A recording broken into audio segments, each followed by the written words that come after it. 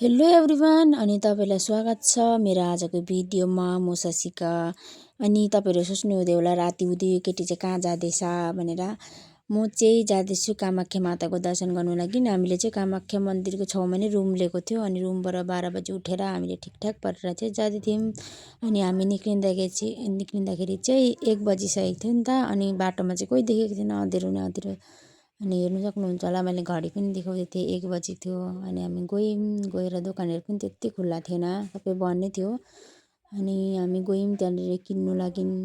तपाईहरु विश्वास गर्न सक्नु हुँदैन होला गाइस, यो दुईटा टोक्री किनेको थियौँ हामीले प्रसादको। यसको चाहिँ प्राइस भन्यो 2060 रुपैयाँ।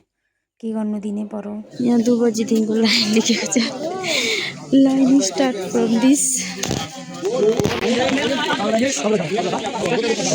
गड। हेर्नु सक्नुहुन्छ होला हामी 1 बजी रातिदेखिको लाइन लागेर पनि हामी कमसेकम 500 जनाको पछाडि थियौँ होला। कस्तो भिड मान्छेहरू 10 बजीदेखिकै लाग्दै रहेछ लाइन। हामीलाई के थाहा, हामी त सुत्यौँ नि एकछिन सुतेर। अनि 1 बजी 12 बजी उठेर 1 बजी गएको लाइन लाग्नु। आमामा भिड। रातिको 1 बजी पछि चाहिँ हामी गयौँ अर्को जग्गामा। यहाँ पनि गएर बस्नु पर्यो। यहाँदेखिको हामी बसेर टिकट काट्नु पर्दैन। टिकट चाहिँ उहाँ सिँढी माथि गएर काट्नु पर्दो रहेछ।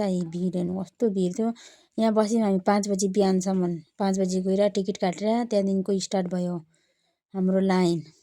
लाइन लाग्दै गयौँ हामी यस्तो भिडमा चेप्पिँदै। भगवान, अनि लाइन लाग्नु कस्तो दामी देखिन्छ फुल।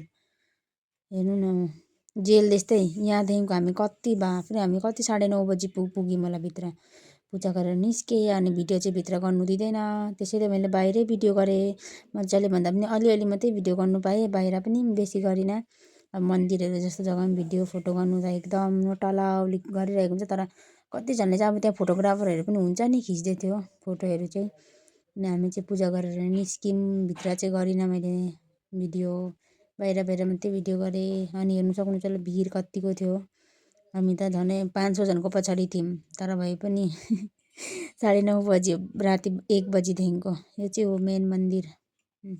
हामी चाहिँ फर्स्टपल्ट गएको नि त, त्यसैले हामी चाहिँ पुरा ठग्यौँ। प्रसादमा पनि ठग्यौँ अनि भित्र जाँदाखेरि पनि लाइनहरूमा। अब हामी चाहिँ निस्क्यौँ बाहिर। दोकानहरू पनि पुरा लागिरहेको थियो बाहिर। भित्र पनि मालाहरू पुरा बेच्नु आउँदै थियो। आमामा कस्तो डेन्जर दाम हो भगवान। एउटै मालाको 100 रुपियाँ अरे हो त्यो तुङ्गे फुल माला। अनि कुनै के मालाहरू बेच्नु ल्याएको थियो। हामीले त किनेनौँ। पहिले त्यहीँ प्रसादमा यति प्रसादको के किनेर त्यो बिल बनाइदिएको थियो। किन्न अनि आजको लागि यति नै। Thank you so much for watching guys.